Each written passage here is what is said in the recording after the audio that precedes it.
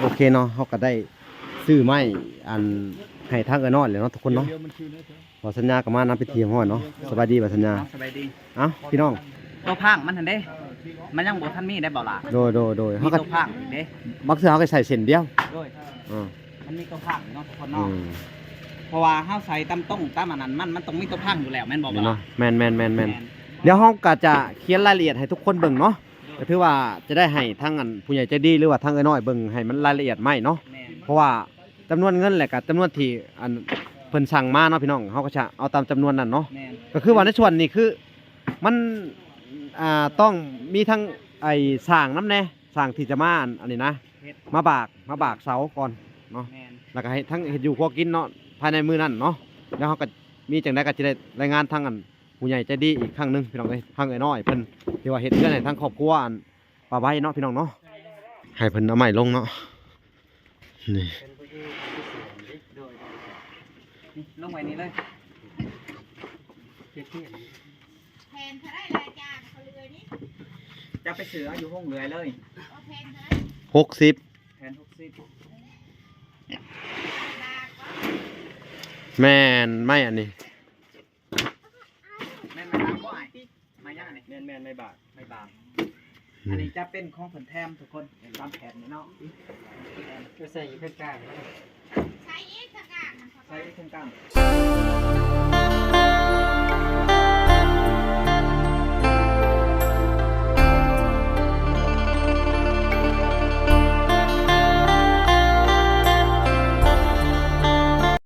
ก็สบายดีพ่อแม่พี่น้องเบิดสุขสุขคนเนาะกันยินดีเข้าสู่ช่อง YouTube เบาละสายบุญคุณธรรมคือเก่าเนาะทักทายสบายดี FC ทางฝั่งไทยและ FC ทางฝั่งลาวและ FC ทางต่างประเทศนำเด้อสบายดีพ่อแม่ที่อยู่ทั้งเมืองนอกเมืองนาพี่น้องเอ้ยมื้อนี้เบาละก็ได้เป็นสะพานบุญให้ทั้งอันน้อยจาก USA เนาะก็คือว่าได้มาสั่งไม้ในโรงเรือนเนาะพี่น้องเนาะไปเฮ็ดเฮือนให้ทั้งป่าใบเนาะก็เป็นจำนวนเงินอยู่ไอ้10 ล้านเนาะ10 ล้านกว่าพี่น้องเอ้ยกระจายทั้งค่าสร้างค่าหยังเนาะก็พอดีเป็นจำนวนเงินก็10 ล้าน5แสนเนาะเวลาก็ได้จ่ายเข้าไป9 ล้าน5แสนแล้วก็ส่วนอีกอัน7 แสนกว่าๆก็ได้จ่ายค่าสร้างไปเนาะพี่น้องเอ้ยก็เลยเป็น10 ล้านกว่าพอดีครบกับจำนวนไม้เนาะที่สั่งไว้เนาะพี่น้องเนาะแล้วก็ยังขาดอีก6โตพี่น้องเอ้ยเวลาก็ได้บอกเพิ่นเอาไปให้เนาะถือว่ามื้อนี้ก็จะได้ไปเบิ่งเพิ่นส่งไม้แล้วก็จ่ายค่าไม้ให้เพิ่นเลยพี่น้องเอ้ยโอเคเนาะเฮาก็บ่มีหยังหลายพี่น้องอยากให้ทุกคนไปเบิ่งและไปติดตามอันว่าเพิ่นไปส่งไม้แล้วก็ทางเฮือนอันป้าใบพี่น้องเอ้ยโอเคคลิปนี้ก็จะให้ทุกคนไปเบิ่งและติดตามนำกันพี่น้องเอ้ยว่าจะเป็นจังไดโอเคไปเบิ่งกันเลยโอเคเนาะเฮาก็ได้ซื้อไม้อันให้ทางน้อยเลยเนาะทุกคนเนาะขอสัญญากับมานำไปเทียมห้อยเนาะสบายดีบ่สัญญาสบายดีพี่น้องก็คือว่าไม้เส้นนี่เท่าไรนะเอามาอ่านดูจำนวนพี่น้องเอ้ยคือว่าจำนวนไม้เนาะพี่น้องไม้เส้นทั้งเบิดนี่ก็นี่เข้ามาเรื่อยน้อย50 เซนบ่บ่สัญญาแม่น50อ่านให้ฟังดูพี่น้องเอ้ยบ่าวสัญญาเสียงทางคนเนาะเลี้ยวมาอันนี้คือไม้ต้องได้อ่านเป็นอันนั้นเบาละต้องได้อ่านที่ในโทรศัพท์ที่เขาจับส่งมาบ่าวพรส่งมาโดยเพราะว่าเฮ็ดไปสิหันไม้อันนี้หัน6โต้นี่นา15โดยน่าจะเป็นต้งโดยอันนี้คือรายละเอียดเนาะเขาจะเอาบินตัวนี้ไปเนาะแม่นเพราะว่าเอาบินตัวนี้ไปเนาะยังบกพอกจะได้รายงานเติมแม่นบ่แม่นก็คือว่ารายละเอียดของไม้นี่ไอ้เฉพาะไม้เส้นไม้48นี่50โต้โดยแล้วก็แป้นไอ้30แผ่น30แผ่นโดยแล้วก็ไม้เส้นนั่นคือค้างนี่คือค้างจักโตนะคือค้าง6โต้บ่6โต้โดยคือค้าง6โต้แล้วก็มันมีวงกบบ้านล้มยังมีครบหมดเลยเนาะแม่นเพราะว่าคันมันบ่พอเฮาก็จะได้แจ้งเติมแต่บ่าวสัญญาเบิ่งนี่อันพวกคือค้างนี่6โต้นี่น่าจะบ่พอแม่นเพราะว่าบ่พอแบบใดเฮาใส่คือทางบัดนี้ตัวพังมันหั่นเด้ มันยังบ่ทันมีได้บ่ล่ะ โดย มี เฮาก็ ตัวพังอีกเด้ มักเสือเฮาก็ใส่เส้นเดียว โดย อ่า มันมีตัวพังเนาะทุกคน อื เนาะ ม เพราะว่าเฮาใส่ตำต้งตำอันนั้นมันต้องมีตัวพังอยู่แล้วแม่นบ่บ่ นี่ ล่ะ เนาะแม่นเดี๋ยวเฮาก็จะเขียนรายละเอียดให้ทุกคนเบิ่งเนาะก็ถือว่าจะได้ให้ทั้งอันผู้ใหญ่ใจดีหรือว่าทั้งไอ้น้อยเบิ่งให้มันรายละเอียดใหม่เนาะ แม่น เพราะว่าจำนวนเงินแหละกับจำนวนที่อันเพิ่นสั่งมาเนาะพี่น้องเขาก็จะเอาตามจำนวนนั้นเนาะ แม่น ก็คือว่าในส่วนนี้คือมันต้องมีทั้งไอ้สร้างน้ำแน่สร้างที่จะมาอันนี้นะ เฮ็ด มาบากเสาก่อนเนาะ แม่น แล้วก็ให้ทั้งเฮ็ดอยู่พอกินเนาะภายในมื้อนั้นเนาะแล้วเขาก็มีจังได๋ก็จะได้รายงานทั้งอันผู้ใหญ่ใจดีอีกครั้งหนึงพี่น้องเอ้ยทั้งไอ้น้อยเพิ่นที่ว่าเฮ็ดเพื่อนให้ทั้งครอบครัวอันป้าใบเนาะพี่น้องเนาะนี่เนาะพี่น้องเนาะอืมพอดีเพิ่นฝากจำนวนเงินมาอยู่อัน$500เนาะพี่น้องกับบ่ทันได้จกหยังเนาะเฮาก็สิจ่ายกันน่าจะบ่พอเนาะว่าสัญญาเนาะ แม่นเฮาต้องไล่เบิ่งว่า500นี่มันสิถึงเท่าใด อันมันเด้มันมีเดี๋ยว500เดี๋ยวจ้ะ แต่เบาสัญญาไล่เบิ่งนี่ $500 11ล้าน นี่$500มันมีบินอยู่ โดย เฮ้ยนี่เนาะทุกคนเนาะนี่จำนวนเงินอยู่นี่จำนวนเงินที่เขาแลกธนาคารมาน้องเอ้ย โดย ไปเอาจากเลทธนาคารมื้อนี้มันขึ้นลงเนาะ มีเลทธนาคารอยู่บ่บ่ล่ะ นี่จำนวนเงินทั้งหมดนี่10 ล้าน 10ล้าน6แสน50,000กีบ แม่นนี่พี่น้อง10 ล้านนี่เนาะ650,000กีบกับจำนวนเงินอยู่400นี่เนาะพี่น้องเนาะอะไร$500นี่ 500ดอลลาร์ นี่$500เนาะกับ10 ล้านเนาะแม่น 10ล้าน6แสน88,000กีบบ่ล่ะ หึ นี่ แม่น ทั้งนี้500ดอลลาร์เด้ อ่า โอ้ทุกคนเนาะ นี่ออก อ่า แล้วทั้งคือค้างอันนี้มีครบเบิดเลยเนาะในเฮือนนี่ครบเบิดเนาะว่าสัญญาเนาะ แม่น กันสิค่ากันเล็กๆน้อยๆเนาะ โดย ก็พอดีครบเพื่อนหลังหนึงพี่น้องเอ้ยนี่ ครับทางไหน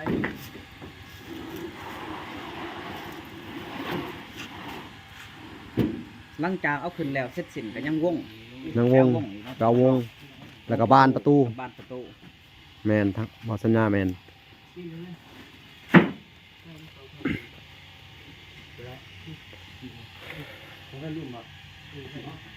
จะแพนแล้วทั้งหมดเอาขึ้นนี่ยังบ่พอเนาะท่านได้นับเนาะตัวติดหมอกจะเอาไว้ตัวติดหมอกเนาะทุกคนเนาะจะได้เอาไว้ติดหมอกธรรมดาจะได้อยู่กันว่าเฮาสิเลือกเอาตัวดีหรือแบบจำเลยนี่มันจะบ่มีเด้อทุกคนไม่เสมอนี่เนาะขอเนาะมันกะจะมึดไปนำเนาะ นี่เนาะพี่น้องเนาะ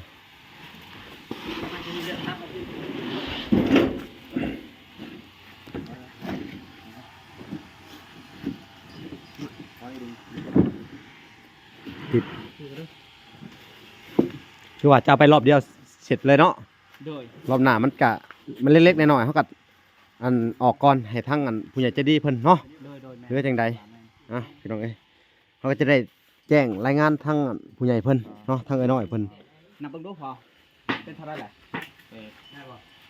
มันบอกสัญญาณทำมาถูกคนเนาะ นับเบิ่งหัวซะนะ 7 8 9 10เขาทองอาจจะเป็นข้า8 30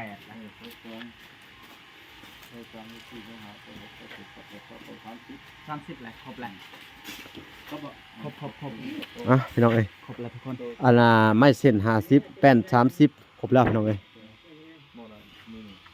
เอาตัวสั่นตื้มหายเส้น โอ้ อ๋อ มีแถมอีกโดยแถมจะแผ่นโอ้ขอบใจละลายขอบใจละลายน้อง สาธุ พอเพิ่นกะแถมนั่นได้ แถมเอา ตัวเทม เอาบุญเอาทานนำกันพี่น้องเอ้ยเอา ทานนำกัน ทางเฒ่าแก่ของเรือยเพิ่นก็แถมมาอีกพี่น้องเอ้ จะ ย เป็นแผ่นแถมเนาะบ่ล่ะเนาะ โดย ลอยคือกันเนาะพอแผ่นต้นเนาะ ขอบ ไม่ชัน ไม่ชัน เป็นชั้นเม็ด โดย อันนี้จะเป็น4เมตรยังแต่วงกบกับบ้านบัดนี้ กบมือเนาะ โดย มือหนึ่ง ได้ แต่ว่าได้ เดี๋ยวนี้เอาตัวนี้ไปให้ก่อน โอ้ แล้วก็บืนก็เอาไม้โตวงกบกับบ้านกับไม้โตนั้น6 โตดิ โดยโดย แต่เฮาสิจ่ายในส่วนนี้ก่อนเนาะ เออ โดย บ่มื้อจังใจบาทเดียวกัน โอเค จ่ายบัดเดียวโอเค บ่แล้วเฮาจะจ่ายบัดเดียวเนาะแม่นพี่น้องเอ้ย บาท เฮา มันแล้วจ่ายบาทเดียว โดยอ่ะโอเคเอาให้แล้ว มันจะบ่ยาก โดยเอาให้แล้วเบิดเลยเนาะจ่ายทีเดียวเนาะ แม่ อ่ะจำนวนเงินก็เฮาก็จดไว้เลยเนาะ โดย บ่สัญญาอ่ะกระดาษนี้เฮาสิถือไว้เด้อ ได้เป็นเนาะ โดย วงกบบ้านประตูกับไม้ตัว6 เมตรพัน บัดนี้เฮาจะได้ไปก่อนบ่ปะล่ะ โอเคเฮาก็จะเดินทางไปก่อนเนาะว่าสัญญาเอาโอเคไปพอกันอยู่พุ่นเลยเนาะโดย พวกผมเจอจิบอกบ่นายยางลงบ่อนได้ เดี๋ยวเฮาสิเอานายยาง เดี๋ยวอัน บ่ ในสลาเห็นบ่สลา อันน่ะอู่รถ บ่อนอูรถได้ เห็น บ่อน เห็ ผ่าน นส ช่อง ลา แป้ง แล้ว นี่ ก็แวะเลย หันสมแปลง หันช่องแป้งก็ยับไปหน่อยนึงก็มันมีฉลาชันเด้ มีสลาแล้วก็ลงในสลาเลย เบื้องชายเด้อ เลี้ยวเข้าไปเลย บ่ค่อยก็สิเห็นบ่ค่อยก็สิย่างออกลัดเลย โดยเอ้าขอบ ไปพอกันอยู่ ขอบใจเนาะ บ่ล่เนาะ โดยไปพ่อกันอยู่เฮือนป่าใบโอเคเนาะพี่น้องเนาะเพิ่นก็จะออกเดินทางไปเลยโอเคพ่อกันอยู่เฮือนป่าใบพี่น้องโอเคเนาะทุกคนเนาะบ่ล่ะก็เดินทางมาฮอดทางเฮือนป่าใบแล้วเนาะพี่น้องเนาะนี่เนาะทางเสาพี่น้องเอ้ยก็จะได้หาคนมาบากพี่น้องเอ้ยนี่หาทางสร้างคนมาบากผู้สึกว่ารถมันจะมาฮอดแล้วรถส่งไม้เนาะพี่น้องเนาะนี่มาฮอดเลยนู่นพี่น้องเอ้ย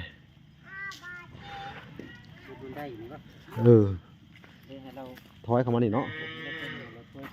พี่น้องเอ้ยเอาโอ้น้องแป้งเอาน้ำมาสู่กินนะสบายดีล่ะสบายดีแม่ไปทางไร ไปโชว์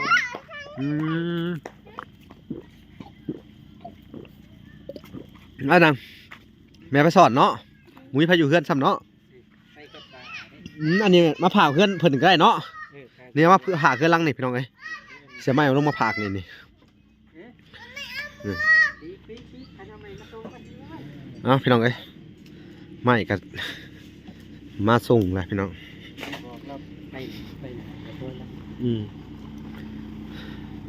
นี่ก็มาผีเนาะ นี่พี่น้องเอ้ยทางไม้ระวังรถเด้อเอาแม่ล็อกเขามันให้นี่ เด็ดถอยหน้ามันไปพุ่นแล้วถอยหลัง เอาหนานไปผูกถอยหลังเขามันนี่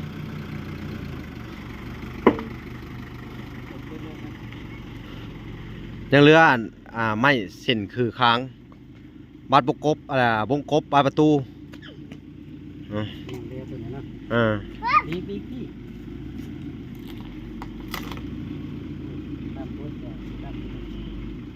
มันขาดมันห้องดิ้นซ้ำนี่ก็พอแล้ว พ่อเลยแช่เพิ่นลงไว้พื้นนี่แหละนี่ว่าสัญญาก็ลงมาจากรถสวัสดีบ่ล่ะ โดยสบายดีเอ้าแช่เพิ่นเอาลงไว้ในเฮือนคนอื่นก่อน แม่น เฮือนพี่เฮือนน้องเพิ่นทั้งหลังนี่แหละพี่น้องเอ้ย นี่ก่อนเนาะเพราะว่าคนผ่าเนาะ คนผ้ามันกำลังสิตกอยู่เนาะพี่น้องเนาะ คือห้าห้องนี่บ่ไม่ห้อง8นี่5ไม่ห้องใช่มั้ยนี่จะเป็นไม่ใหญ่นี่ได้บ่นี่โอ้เต็มได้บ่ได้เนาะได้แล้วฝากส่ง เขาก็ขอผักไว้ในเฮือนเพิ่นก่อนเนาะพี่น้องเนาะเอาออกแม่รถเด็กน้อยนะเพิ่นสิถอยรถพี่น้องเอ้ย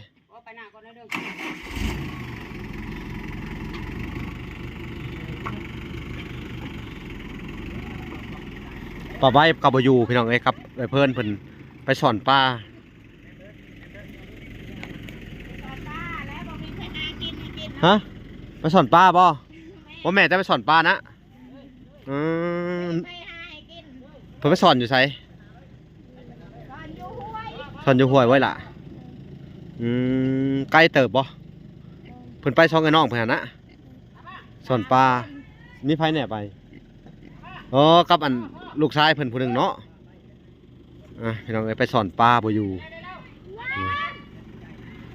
นี่พี่น้องเอ้ยเขาก็จะเอาไม้ลงพี่น้องเอ้ยให้เพิ่นเอาไม้ลงเนาะนี่ ลงไว้นี่เลย แทนเท่าไรรายจ่ายเขาเลยนี่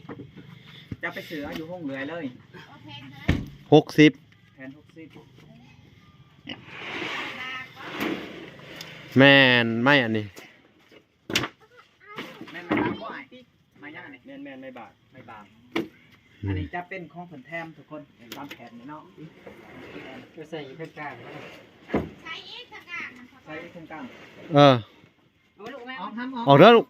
หมอนั่นน่ะดื้อได้หมอนั่นน้อยน่ะ อีหลีบ่ย่านคนน่ะสลาวีเจ้าจะเบิ่งรอดกับรักษาสลาวีนี่เจ้าดื้อเด้อสลาวีสิจับหัวนี่เนาะทุกคน เพราะว่าเฮาเอาเข้าไว้เฮือนเราบ่ได้มันเป็นหัวแล้วก็บ่มีทางเข้าเนาะพี่น้องแล้วก็บอลทั้งในเพิ่นสิเฮ็ดเฮือนต่อไปเนาะเฮาก็เลยไว้อยู่นี่เลยเพิ่นจะได้เฮ็ดเวลาเฮาเฮ็ดเฮือนเนาะมันก็จะได้เอาขึ้นทันเลยเนาะ ได้มันเป็นยุ่งไก่เลย โดย ว่าสิมาดูคลิปบ่นี่ ใช่อ๋อบอดี้รุดดอกใช่เพิ่นคุดทางอันหนึงนะนี่ในหัวพ่นนี่ซื่อๆอ่ะพี่น้องเอ้ย คลิปของอันนี้บ่ นี่เห็ดยาวลงมาในชื่นตำร่องนี่แหละนี่ทิศขอกของหนูนี่เดินนี่พี่น้องเอ้ยใช่เพิ่นปรับปรุงจักหน่อยนี่หมดสิเฮ็ดเทือนนี่แหละเดินมานี่แหละพี่น้องเอ้ยกะสิประมาณ6x4พี่น้องเอ้ยแมน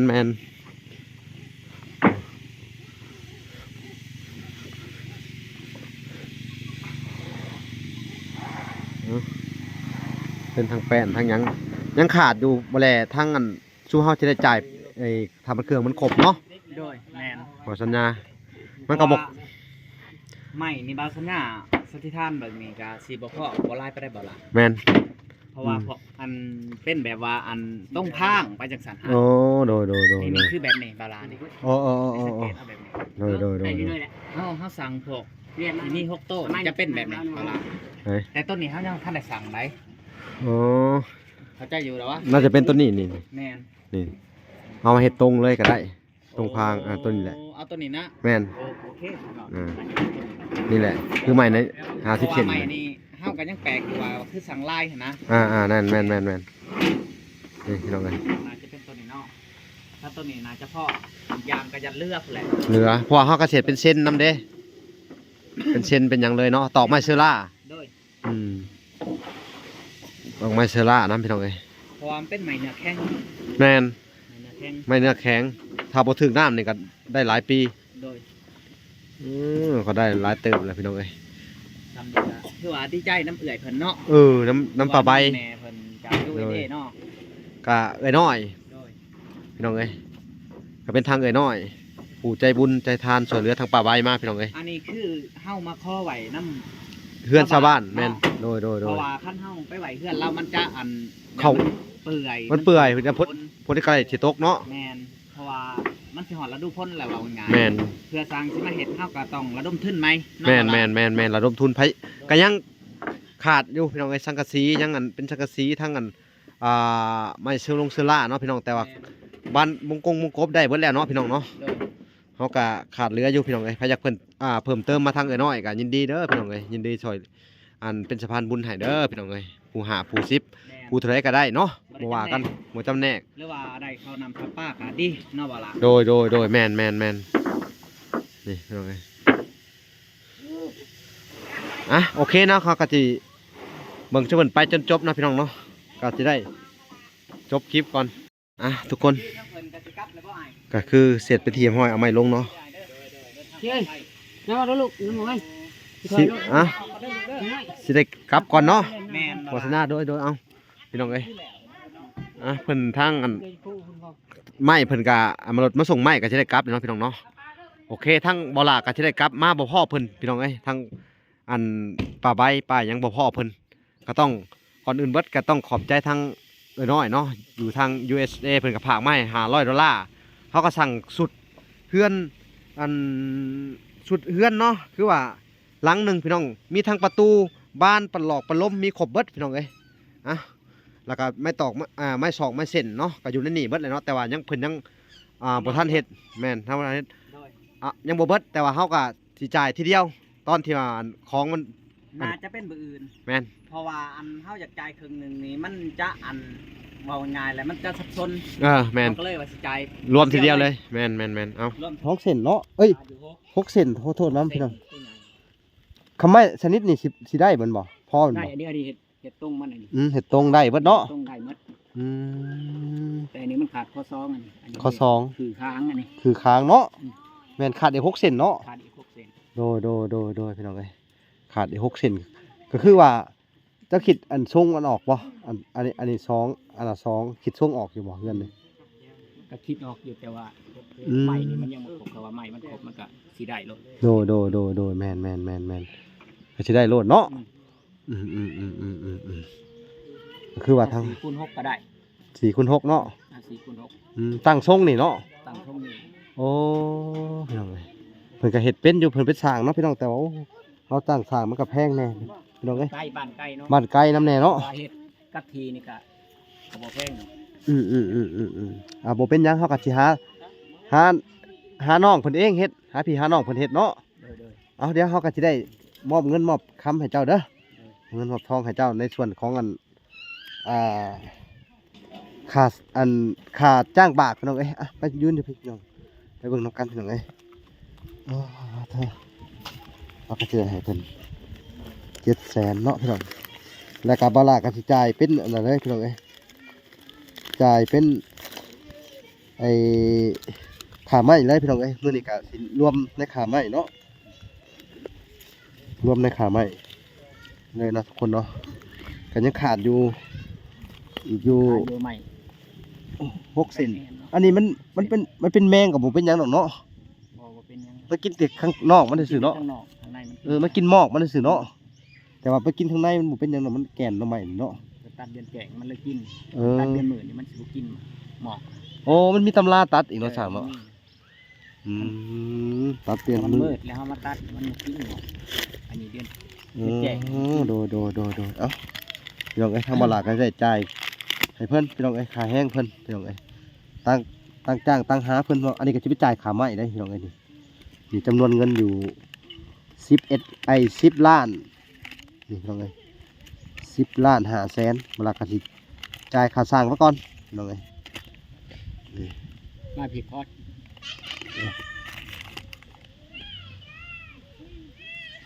700,000เนาะทุกคนเนาะ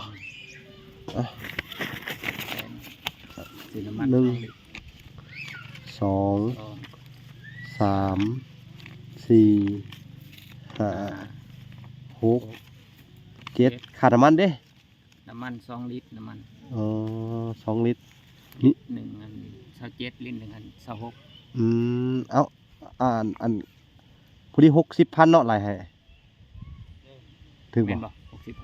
60เนาะ 60ไปอันตะทอนมา40ก็ได้เอา มีบ่เงินทอนน่ะ อืม เฮ็ดบ่มีเงินทอนนี่ เอาสนักอ่ะบ่เป็นหยังเด้อให้ค่าเรียบร้อยไปเลยเด้อ โดย เอาขอบมกขอบใจเด้อโดยเอาให้พี่น้องเอ้ยจะให้ค่า100เพิ่นนำแน่พี่น้องขอบมกขอบใจหลายจะได้ตั้งจ้างตั้งหากันพี่น้องเอ้ยบากเรียบร้อยแล้วเนาะ เรียบร้อยแล้วมีแต่ อืม ขายย่ออย่างเดียววันนี้ ถ้ามัน ถ้าประกอบเขาก็ ถ้าเป็นจังได๋ก็ให้มาเบิ่งซอยน้ำเลยเด้อสั่งสิโทรมาเบิ่งน้ำเนาะถ้ามันยากมันนั่นนิดนึงเด้อ โดย โอเคฮอดมือฮอดย่อฮอดพี่น้องเอ้ยเฮาก็สิได้นั่นน่ะปรึกษาเพิ่นถ้าเกิดว่ามันบ่เข้าหูเข้าห่างกันได้ก็บอกให้เด้อว่าคนเพิ่นก็ว่าเพิ่นเป็นอยู่เพิ่นว่าคำย่อได้ทำนี่พี่น้องเอ้ยนี่เพิ่นเฮ็ดได้ขอแต่ประกอบหวีให้เพิ่นซื่อๆเพิ่นว่านะทักษะที่เฮาคุยกันไว้นะเป็นน้องชายเพิ่นเองนะตั้งจากอันหาเหือหาแห้งเพิ่นให้เพิ่นเฮ็ดให้เอื้อยเพิ่นเนาะ เอ้าจังได้กะยาแหละพี่น้องเอ้ยขอมกขอบใจทางสั่งหลายๆเด้อเอ้าให้อยู่ดีมีแฮงเด้อเอ้าเดินทางปลอดภัยเด้อสิได้เมื่อเลยนั่นบ่ เมื่อเลยนะ โดยเอ้าโอเคขอมกขอบใจหลายๆเฮาก็สิได้นี่เนาะพี่น้องมาลาก็สิได้ไปจ่ายค่าไม้เลยพอดีเลยเนาะจำนวนเงินอยู่10ล้านพี่น้องเอ้ย10ล้าน5แสนแล้วก็ก่อนอื่นเบิดก็ต้องขอมกขอบใจทางเอ้ยน้อยเนาะผู้ใหญ่ใจดีจาก USA พี่น้องเอ้ยเพิ่นสนับสนุนหรือว่าเฮ็ดเฮือนให้ทางอันป่าไว้เนาะพี่น้องเนาะก็ถือว่าขอให้เพิ่นจงมีแต่ความสุขความเจริญเด้อความเจ็บอย่าได้ความไข้อย่ามีเด้อไอ้หน่อยเอ้าขอมกขอบใจหลาย ไว้เด็กหน่อยอย่าให้เด็กหน่อยอันลูกทิมเด้อ ๆฮะ เจ้าอยู่นี่อย่าให้เด็กหน่อยลูกทิมเด้อนี่ โดย เพราะว่าถ้าไปลึกอันนี้แล้วสิบ่ฮู้ได้ โอ้ เพ โด ราะ ย ว่าเฮามาอยู่แล้วที่เฮาเขียนไว้เลยนี่ โอเคเนาะทุกคนเนาะเฮาก็มาฮอดบอลที่จะจ่ายเงินค่าไม้แล้วเนาะทั้งเพิ่นก็ได้มาส่งเป็นที่เรียบร้อยเนาะบ่ล่ะก็จะได้มาจ่ายค่าไม้ให้เพิ่นเนาะพี่น้องเนาะนี่ เดี๋ยวจะให้เพิ่นเบิ่งบินก่อนเนาะเท่าใดนะทั้งเบิดเนาะโอ้9 ล้านแมันบ่ ประมาณ500,000 9 ล้าน5แสนเนาะทุกคนเนาะอ่ะเดี๋ยวเฮาก็สิเฮ็ดอันตั้งกล้องก่อนพี่น้องเอ้ยตั้งกล้องมอบเงินให้เพิ่นก่อนพี่น้องเอ้ยเอาเนาะทุกคนเนาะเวลาก็จะได้มอบอันเงินให้ทางอันเฮียเพิ่นเลยอ่ะสบายดี สบายดี สบายดีเนาะสบายดีก็คือว่าเป็นจำนวนเงินอยู่เนาะ อัน9 ล้าน5แสนกีบเนาะก็สั่งครบไปเลยเนาะมีทั้งอันไอ้นะ ผมทั้งบ้าน บานประตูเนาะแล้วก็บานวงเนาะมีหมดแป้นปูแล้วก็ไม้เส้นเนาะพี่น้องเนาะก็ครบเป็นจำนวนเนาะก่อนอื่นเบิดก็จะได้มอบให้ทั้งอันเยียเพิ่นเลยเนาะหรือว่าเป็นเงินเลยเนาะคือนะพี่น้องเอ้ยทั้งหมดก็9 ล้านเนาะ 9 ล้าน500,000 9 ล้าน5แสนเขาก็ได้ไอจ่ายค่าสร้างน้ำแน่พี่น้องเอ้ยค่าสร้างไปบากไม้เนาะก็บ่ได้8 ล้านอะไร8แสน8แสนเนาะ8แสนเนาะดึงนับเบิ่งก่อน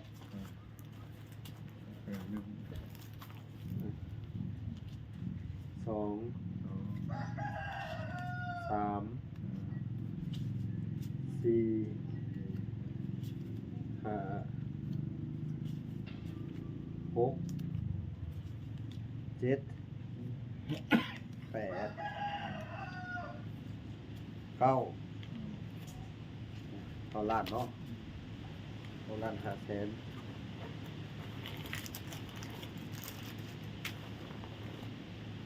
นี่เด้อ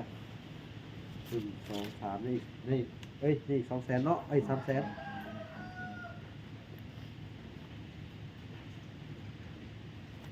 3แสนครับ